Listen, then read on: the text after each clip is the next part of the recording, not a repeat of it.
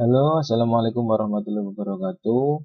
Kembali lagi di Kang Firman Channel. Oke, pada kesempatan kali ini mungkin tidak biasanya ya. Biasanya kita itu menampilkan video-video tentang praktikum. Nah, selama masa pandemi corona ini, karena semua pembelajaran dilakukan di rumah, secara online, kemudian kegiatan belajar mengajar bersama online, kemudian nih ada kesempatan ini beberapa guru SMK ini dari P4TK Boy Malang mengadakan diklat daring guru kejuruan atau disingkat Dikdajur. Ini kebetulan ini dibuka lagi nih untuk angkatan 2 yaitu dari tanggal 22 Mei sampai 21 Juni 2020. Dan kita bisa buka LMS-nya pkb.dcmalang.or.id ini.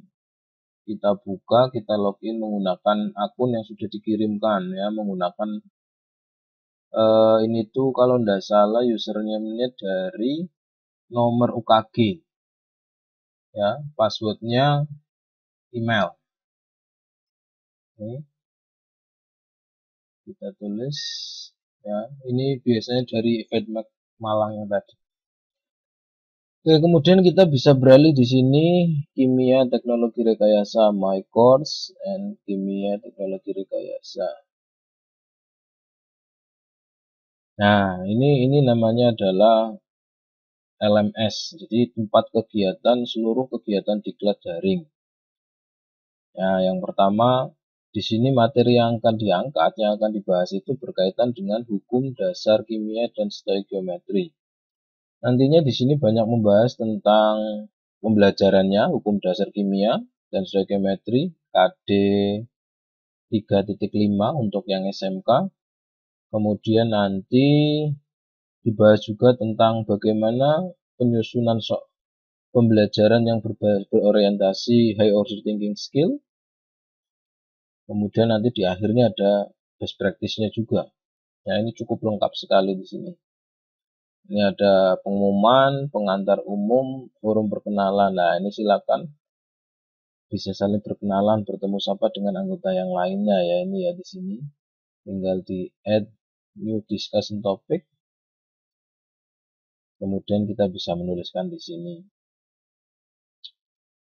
Kemudian kalau sudah, kita juga bisa mulai masuk ke materi intinya. Di sini terdiri dari 4 sesi. Tiap sesinya itu 1 minggu pembelajaran. Untuk sesi yang pertama itu berkaitan dengan materinya. Ya, kita langsung masuk aja ya isinya. Oke. Oke. Analisis soal UN atau SBN unit hukum dasar kimia dan stoikiometri kimia. Oke, jadi yang pertama itu kita langsung dihadapkan dengan soal-soal kimianya ini ya. Untuk apa khususnya itu adalah untuk hukum dasar kimia dan stoikiometri. Kenapa? Karena di kurikulum sekarang kimia SMK itu hanya di kelas 1. Sedangkan nantinya kelas 2 dan kelas 3 itu tidak ada, tapi pada saat kelas 3 itu diujikan dalam USBN ya. Jadi akhirnya nantinya terkait juga walaupun sudah lama nggak diajar dari kelas 1 kemudian tiba-tiba kelas 3 ujian ada. Itu tantangannya ya Bapak Ibu guru. Oke, untuk pengantarnya ini kenapa kita harus menganalisis soal-soal yang ada di USBN ya? Kita harus menganalisis tingkatan dari level soal yang ada. Kita tahu ada 3 tingkatan level soal. Ada L1 itu masih low order thinking skill, L2 itu aplikasi itu middle order thinking skill, dan yang ketiga itu high order thinking skill. Nah, nanti fokusnya kita lebih ke high order thinking skillnya. Indikatornya bersesuaian apa tidak dengan kata kunci, materi yang dibutuhkan sesuai apa tidak dengan soal yang diajukan. Ini ada soal nih. Pada suhu dan tekanan yang sama, gas-gas yang volumenya sama akan memiliki, ayo ini kalau pada suhu dan tekanan sama, ini berarti masuknya adalah hukum Avogadro atau hukum Gay-Lussac ya, karena hubungannya dengan gas volume. Maka jumlahnya apa? Kalau pada suhu yang sama, maka gas-gas yang volume sama akan memiliki jumlah partikel yang sama, ya, sesuai hukum Avogadro. Nah, ini di sini cukup interaktif juga. Kita harus menguploadkan level kognitif apa yang bisa dijelaskan. Level kognitif, ayo mana ini? Berarti level pengetahuan, jenisnya pemahaman, indikator yang berkesesuaian, menjelaskan hukum, jenjangnya SMK, kemudian yang diajarkan adalah hukum Gay-Lussac dan Avogadro. Nah, cek, ada nilainya. Jadi bentuk PPT-nya itu PPT yang interaktif, kita juga ikut terlibat di situ ya. Ini ada lagi soal. Sekian volume gas yang dibutuhkan untuk membakar 10 liter gas. Ini apa? Ini nggak kelihatan. Ini ada yang error nih ya. Ini bisa kelihatan. Ini O2 nih ya, ini harusnya. Ini hanya perbandingan volume saja. Ini kita suruh menganalisis lagi soal tadi itu masuknya kemana. Dia masuknya L3. Indikatornya mengaitkan hukum dasar dengan hukum Avogadro, jenjangnya SMK, materi yang dipelajari itu hukum Gay-Lussac dengan hukum Avogadro. Kemudian ini ada soal lagi, dilihat dari soalnya ini ada massa, ada volume, yang ditanya MR ya, berarti ini masuk ke konsep mol ya. Ya, ini mengaplikasikan L2, indikatornya menerapkan aplikasi konsep dalam perhitungan kimia, konsep mol ya, ini ya, maksudnya konsep mol, jenjangnya SMK, konsepnya yang diajari adalah konsep mol. Ya, jadi seterusnya seperti itu. Konsentrasi larutan mengandung 3 gram pupuk urea. Iya, betul. Ini ya, ada level kognitifnya apa tadi, kita lihat lagi. Ada massa dalam volume, berarti molaritas, berarti pembuatan larutan, berarti aplikasi. Materinya diketahui massa dan volume larutan dan massa atom relatif, konsep konsentrasi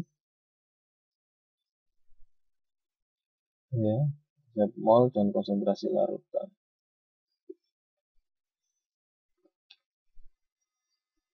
Oke, ini dan seterusnya seperti ini ya. Ini sampai selesai itu berisi tentang analisis soalnya.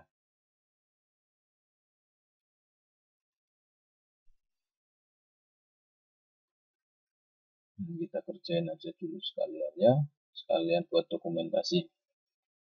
Ini levelnya pengetahuan, pemahaman, diketahui apa tadi, massa molar, ini mol, ini massa. Tinggal menguploadkan saja, sudah diarahkan.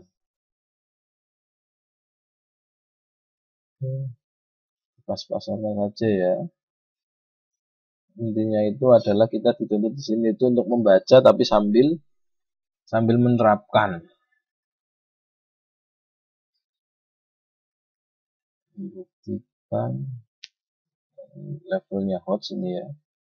Avogadro, mol, Gay-Lussac. Nah, selesai untuk yang sesi ini. Kemudian kita lanjutkan next saja nih, bisa di next. Nah, tentang kita lihat ini aktivitas pembelajaran dan penilaian hukum dasar. Oke, untuk aktivitas pembelajaran yang kedua, ya ini juga masih berkaitan dengan materinya ini ya. Kita lihat isinya. Saudara akan mempelajari aktivitas pembelajaran pada unit ini. Pembelajaran ini bersifat alternatif kegiatan pembelajaran yang dilakukan guru dan peserta didik untuk mencapai kompetensi topik sesuai dengan KD, sesuai dengan targetnya, dan sesuai dengan IPK-nya. Pembelajaran ini dilakukan secara discovery learning dan inquiry learning. Ya, ini kita cukup membaca aja. Semuanya dilakukan secara online, jadi kita benar-benar dituntut untuk mandiri membaca sendiri ya. Nanti kalau kita men-skip ini, nanti tidak ada catatan aktivitas, jadi kita tetap harus mengikutinya per step satu persatu, sehingga nanti ada catatan aktivitas bahwa kita telah mengikuti aktivitas ini. Indikator pencapaian kompetensi materinya, kalau kita lihat materi hukum dasar kimia sama stoikiometri, itu kan berarti hukum dasar adalah Lavoisier, Proust, sama Dalton. Kemudian ada hukum Gay-Lussac sama Avogadro, kemudian kita menghitung ARMR, kemudian konsep mol, kemudian konsentrasi larutan, yang nantinya buat perhitungan stoikiometrinya. Kalau kita jabarkan dalam indikator pencapaian kompetensi, ini jadi banyak sekali ya. Nah, ini ada mengidentifikasi, menyetarakan, hukum, perhitungan kimia, dan seterusnya. Oke, mencontohkan hukum Leibniz. Nah, ini semua yang menyusun adalah Bapak Ibu guru. Nanti juga ada tugasnya sendiri seperti itu. Oke, aktivitas 1, pembelajarannya biasanya dibagi menjadi 3 ini. Kita belajar dulu tentang Lavoisier sama Proust, kita sama Dalton ya tentunya, kemudian Gay-Lussac, Avogadro, kemudian baru setelah itu kita mempelajari konsep mol. Oke, ini tujuan pembelajarannya masih tentang materi ya. Menelaah hukum dasar, hukum Proust, hukum Dalton, hukum Lavoisier, hukum Dalton, perhitungannya, saya rasa ini nggak ada masalah. Karena kalau Bapak Ibu guru saya yakin kalau kimianya ya pasti bisa ya. Tidak ada yang baru lah. Oke. Kemudian di sini ini ada LKPD 1, nanti di-download LKPD-nya. Lah di dalamnya itu berkaitan dengan proses pembelajaran yang kita lakukan di sini yang nantinya harus kita tulis, harus kita rekap semua yang dilakukan di sini ya. Ini terdapat video pembelajaran tentang hukum dasar yaitu Law of Concentration of Mass Experiment. Oh, ini berarti hukum Lavoisier ya, hukum kekekalan massa. Ini juga harus ditonton Bapak Ibu. Soalnya kalau nggak ditonton, nanti ada deretan aktivitas yang tidak tercentrang. Jadi tetap harus kita tonton ini ya. Nah, kemudian kita sudah mulai masuk berdasarkan video yang ditampilkan tadi. Nah, ini tuh. Jadi interaktif sekali ya Bapak Ibu, ini juga bisa diterapkan di pembelajaran di kelas ini misalnya. Jadi siswa dikasih video, kemudian siswa suruh analisis. Nah, ini yang dilakukan itu adalah seperti itu. Pada video tersebut, larutan yang direaksikan itu apa? Wah, berarti kan harus melihat. Nah, jadi yang dilarutkan itu adalah natrium klorida dengan natrium sulfat, sodium sulfat dengan barium klorida. Nah, benar ini Bapak Ibu guru. Oh, ini masih ada pertanyaan lagi. Berdasarkan video tadi, produk hasil reaksinya apa? Barium sulfat, endapan putih tadi ya. Nah, ini juga bagian dari penilaian diklat ini. Nanti aktivitasnya adalah dalam mengerjakan kuis-kuis yang ada di dalam slide-slide presentasi yang dikasih. Kemudian aktivitas 2, harapannya adalah mempelajari tentang Gay-Lussac dan hukum Avogadro. Ini kalau kita rinci lagi dalam tujuan pembelajaran, ini ada banyak sekali ya.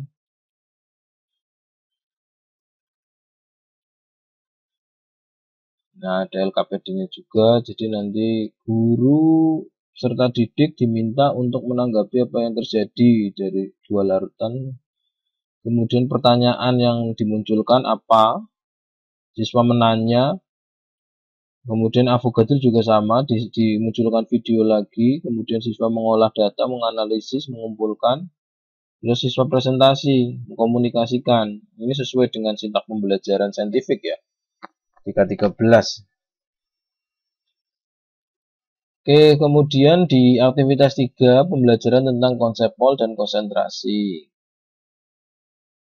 Ini ada massa molekul relatif, massa atom relatif, ARMR ya, hubungan mol dengan jumlah partikel, volume, massa, kemudian konsentrasi dalam molaritas.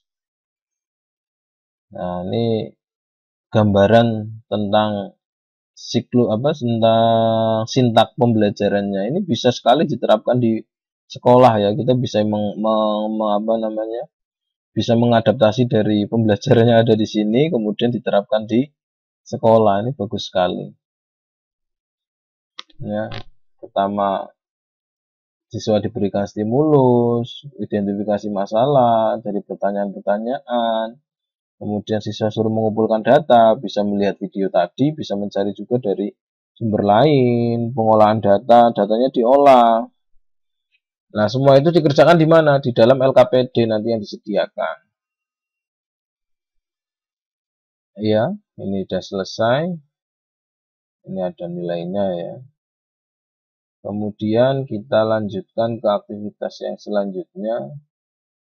Pembahasan soal UN dan USBN unit hukum dasar kimia. Nah, ini gantian sekarang. Bapak Ibu dites di sini ya. Kita suruh mengerjakan soal-soal USBN. Jangan sampai salah. Nah, pada suhu dan tekanan yang sama, gas-gas yang volumenya sama akan memiliki, nah ini sudah tadi jumlah partikel yang sama kita cek. Ini interaktif sekali. Kemudian volume gas O2 yang dibutuhkan membakar 10 liter, berarti persamaan ini perbandingan volume saja. 10 liter itu 1, berarti kalau 5 berarti 50 liter. Ini enggak ada masalah. Ya. Ini pertanyaan-pertanyaan tadi sudah dianalisis kemudian sudah mengerjakan. Oke. Ini ada jumlah mol. Ini ada menghitung konsentrasi, menghitung masanya. Ini ada soal tentang volume ya, volume dikonversi ke massa menggunakan konsep mol. Nah, ini juga disediain kuncinya Bapak Ibu guru. Sini sudah ada kuncinya. Ya, tadi kita nggak tahu ya, sebenarnya di sini sudah ada kuncinya, tapi ya nggak apa-apa. Memang tujuannya adalah keaktifan kita yang dituntut di sini. Ini ada kuncinya. Nah, kalau sudah berakhir seperti ini, kita bisa melanjutkan. Nah, ini langsung ada nilainya, totalan mengerjakannya berapa. Ini kalau nggak full ini, nanti nilainya juga nggak full ini. Ini kayak ini contohnya, saya cuma mengerjakan 2, jadi masih kurang dari 7. Tidak apa-apa, karena di sini cuma mau memperlihatkan ya. Kemudian materi selanjutnya, nah, setelah itu baru dimunculkan materi. Pembelajaran kimia, hukum dasar itu sebaiknya gimana? Kalau menurut berdasarkan diklat ini, itu membaginya dalam 3 tadi ya, 3 tahapan. Yang pertama itu kita mempelajari dulu tentang hukum. Nah, ini nih kalau KIKD-nya. KD-nya itu 3.5 menerapkan hukum-hukum kimia dalam perhitungan kimia. Ya, jadi ada hukum-hukum dasarnya harus masuk. Perhitungan kimia kita tahu di situ berarti harus ada konsep mol yang juga masuk. Maka KD ini sebenarnya itu sangat luas sekali dari mulai hukum dasar, konsep mol sampai ke stoikiometrinya. Nah, ini KD 4-nya. KD 4.5-nya menggunakan hukum dasar dalam perhitungan kimia. Menggunakan berarti artinya kita bisa boleh nantinya kita membuat semacam percobaan atau mungkin bisa juga dengan outputnya siswa itu mampu menggunakan perhitungan kimia dengan memanfaatkan hukum-hukum yang ada. Nah, ini yang berbeda. Ini juga ilmu baru untuk saya ya. Jadi indikator itu nanti di sini dibedakan menjadi 3. Ada indikator penunjang, ya. Ada indikator inti sama ada indikator pengayaan, ya, atau kunci sama indikator pengayaan. Nah, bedanya apa indikator itu? Nah, ini kita balik lagi dulu. Indikator penunjang adalah kompetensi dasar dikembangkan menjadi beberapa indikator pencapaian kompetensi. Indikator pencapaian kompetensi merupakan dasar bagi guru untuk mengukur pencapaian kompetensi dasar. Perumusan indikator menggunakan kata kerja operasional sesuai dengan taksonomi Bloom pada ranah pengetahuan dan keterampilan. Untuk memudahkan guru dalam menentukan indikator yang sesuai dengan kompetensi dasar, maka indikator pencapaian kompetensi dibagi menjadi 3 kategori, yaitu indikator penunjang, indikator kunci, dan indikator pengayaan. Nah, ini yang baru ini ya. Selama ini saya tahunya indikator ya cuma satu ya, indikator pembelajaran gitu ya. Nah, apa itu? Nih, yang pertama, indikator penunjang mengidentifikasi materi, menyetarakan persamaan reaksi, menjelaskan hukum kimia, konsep mol. Jadi, indikator penunjang itu indikator yang merupakan indikator yang menunjang indikator kunci. Nah, terus tahunya indikator kuncinya dari mana? Oke, indikator kuncinya pada saat kita akan mempelajari tentang hukum dasar dan perhitungan kimia, tentunya kita punya 3 poin ya. Poin pertama itu hukum dasar, poin kedua itu konsep mol, dan poin yang ketiga itu tentang perhitungannya atau stoikiometrinya. Berarti kan 3 konsep itu yang utama. Jadi indikator kunci itu indikator yang wajib dikuasai untuk menguasai 3 kompetensi tadi yang harus dicapai. Ya, ini wajib. Jadi kita menuliskan indikator kunci pun boleh ya, tanpa menuliskan indikator penunjang. Nah, penunjang itu sifatnya adalah begini, membandingkan hukum-hukum dasar kimia dengan perhitungan kimia. Membandingkan tentunya itu memiliki tingkatan kata kerja operasional yang jauh lebih tinggi dibandingkan yang sebelumnya. Nah, ini menjelaskan ya kan. Sebelum kita bisa membandingkan, berarti otomatis kita harus bisa menjelaskan dulu tentang hukum dasar kimianya. Makanya menjelaskan itu masuknya di indikator penunjang. Kemudian ini menggunakan hukum Lavoisier dan hukum Proust. Masa tiba-tiba kita langsung menggunakan? Kan tidak mungkin, pasti suruh menjelaskan dulu. Kita lihat penunjangnya ya. Nah, ini kan menjelaskan lagi. Ya, jadi harus apa yang bisa menunjang indikator kunci, maka dimunculkan di indikator penunjang. Nah, kemudian ada disebut juga indikator pengayaan. Nah, indikator pengayaan ini dibuat oleh guru yang bertujuan untuk meningkatkan kompetensi siswa.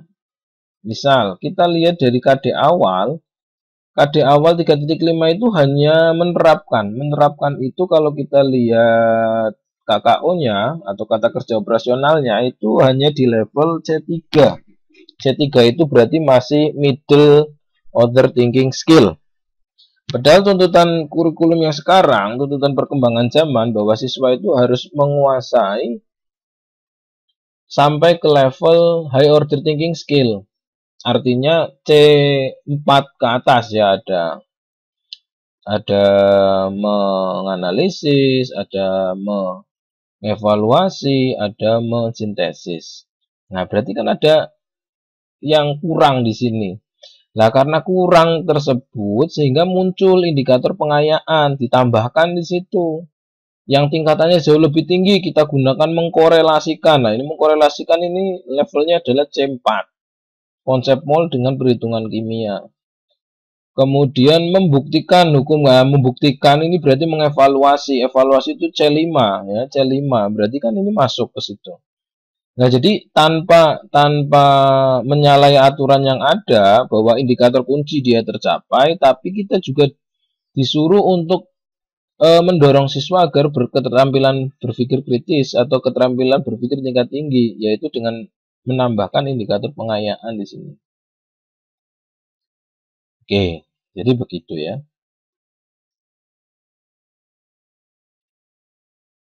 Sama. Nah, ini ceritanya kalau di sini tuh ada aplikasi dunia nyata. Jadi diberi masalah dulu. Dunia nyatanya adalah tentang airbag kantung udara yang ada di kendaraan bermobil itu. Kok bisa kantong udara itu bisa mengembang ketika terjadi benturan? Pastikan ada sesuatu yang mengembangnya itu apa. Ini sebenarnya ada videonya ini. Ya. Kantung udara dapat mengembang dengan cepat setelah terjadi apa ya? Setelah terjadi benturan. Benturan atau enggak ya? Benturan. Nah, kantung udara yang terlibat dalam mengembang karena diaktifkan oleh reaksi kimia, mengarahkan siswa ke arah ini dari kehidupan nyata. Jadi kan akhirnya anak berpikir kritis. Apa sih reaksi yang terjadi kok bisa mengembang seperti itu pada saat itu? Ini juga termasuk istilahnya pemanfaatan kimia ya. Kemudian aplikasi dunia kedua tentang reaksi pembakaran. Hasil pembakaran kertas abu memiliki massa ya, massa yang lebih yang sama dengan kertas. Abu itu kan lebih ringan ya. Nah, seterusnya. Ini juga aplikasinya kemudian kita suruh dituntut untuk mengkaitkannya nantinya dengan pembelajaran. Terus aplikasi lagi ini dengan pengelasan ya, proses pengelasan. Ini kimia kalau yang teknologi rekayasa yang misal teknik mesin itu pastinya, teknik pengelasan ini pastinya harus tahu ini ke sini ya. Ini ada video ya, yang harus ditonton juga tentang pengelasan. Tentang bagaimana sih cara menyambung rel kereta ini ya. Thermal welding dengan pengelasan panas. Nah, dari penjabaran apa tadi ini kalau kita sebut itu ini tuh kayak istilahnya apa ya? Untuk memancing stimulus ya, ini stimulus ini yang menjadikan kita kemudian masuk ke materi intinya lah, kemudian baru dikasih materi intinya. Materinya tentang apa? Oh, tentang hukum kekalahan massa. Nah, ini teorinya, tentang materinya. Oke. Kemudian ke materi intinya ini tentang massa atom relatif, cara perhitungannya. Terus materi tentang mol di sini.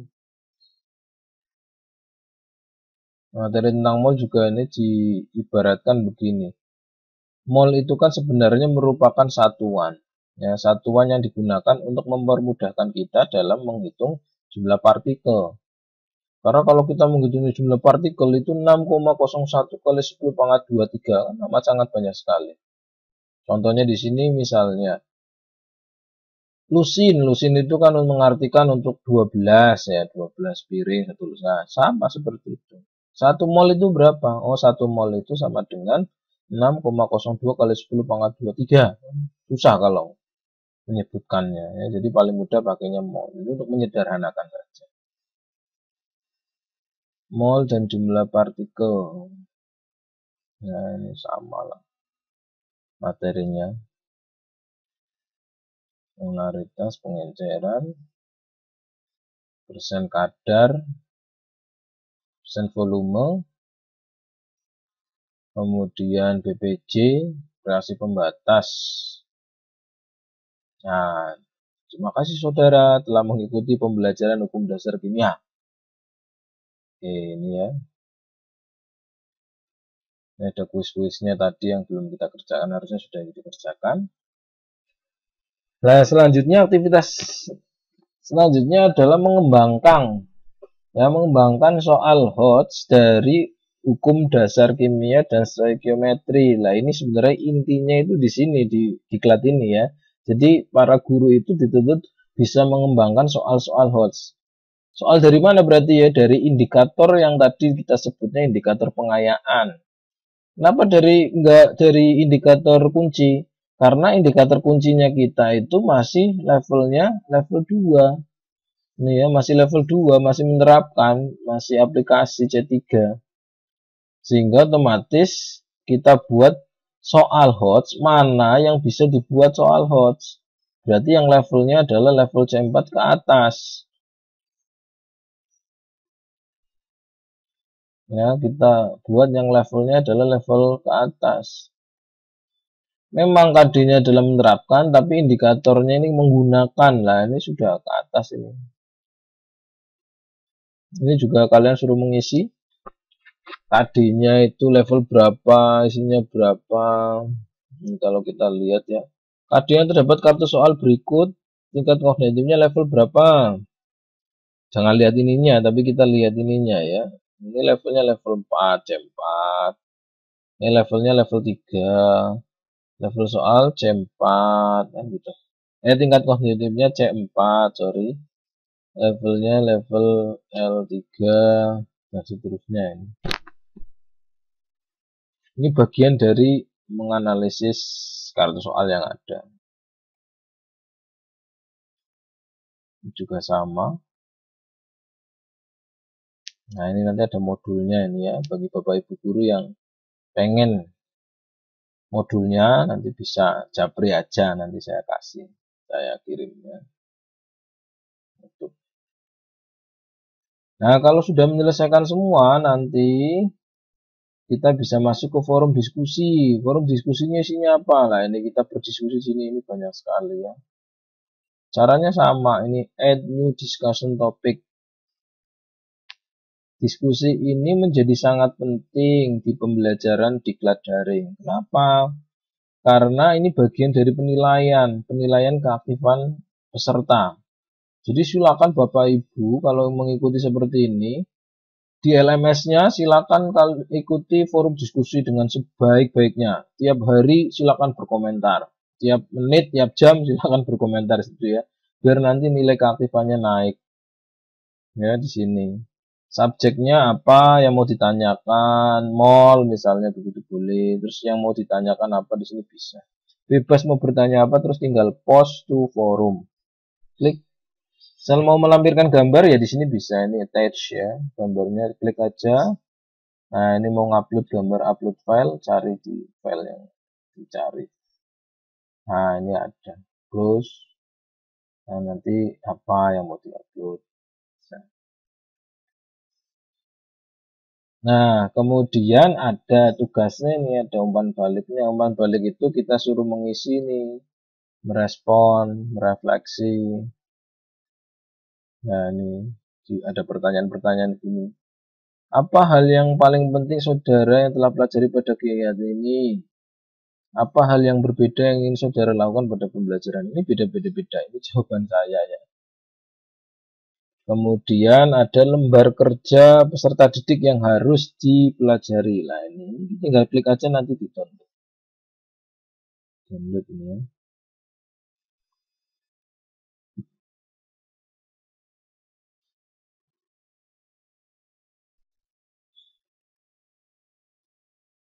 Nah, ini contoh LKPD-nya. Ini LKPD-nya sudah sangat bagus.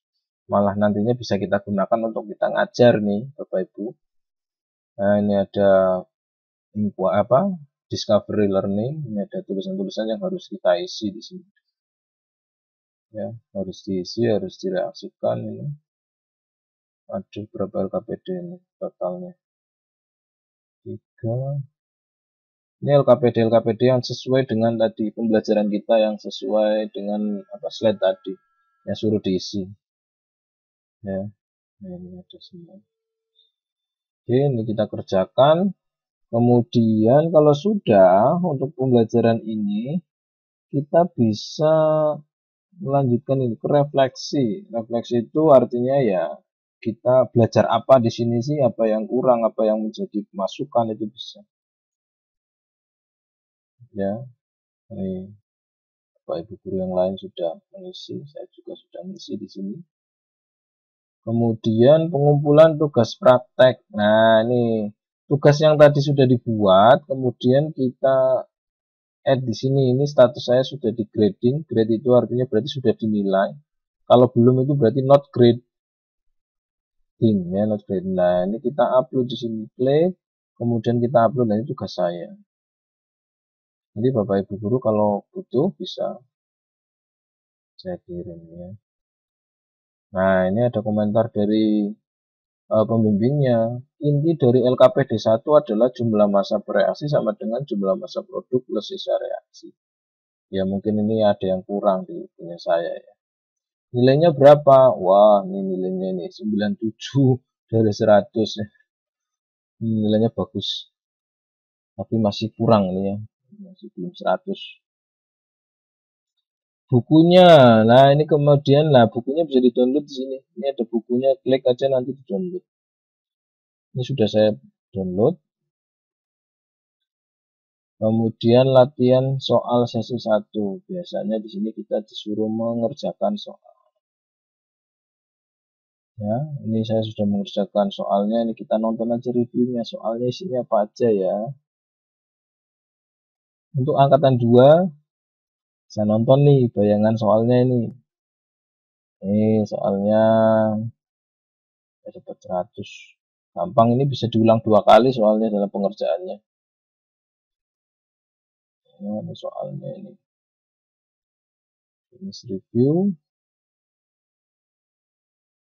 Kemudian, nah ini bagusnya ini setiap kali sesi itu ada sesi video conference. Jadi kita itu dituntut untuk penjelasan langsung dari pembimbing, ya penjelasan langsung dari pembimbing yang kemudian ada sesi tanya jawab di sini. Bahkan nanti di sesi 2 dan sesi 3 itu nanti kita disuruh presentasi, ya di situ ada presentasinya. Ini sudah ada rekaman video conference-nya. Ada. Nah, itu adalah sesi 1 untuk diklat Dikdajur angkatan 1 ini tentang kimia teknologi rekayasa. Untuk sesi 2-nya akan kita bahas lagi di video berikutnya ya. Terima kasih.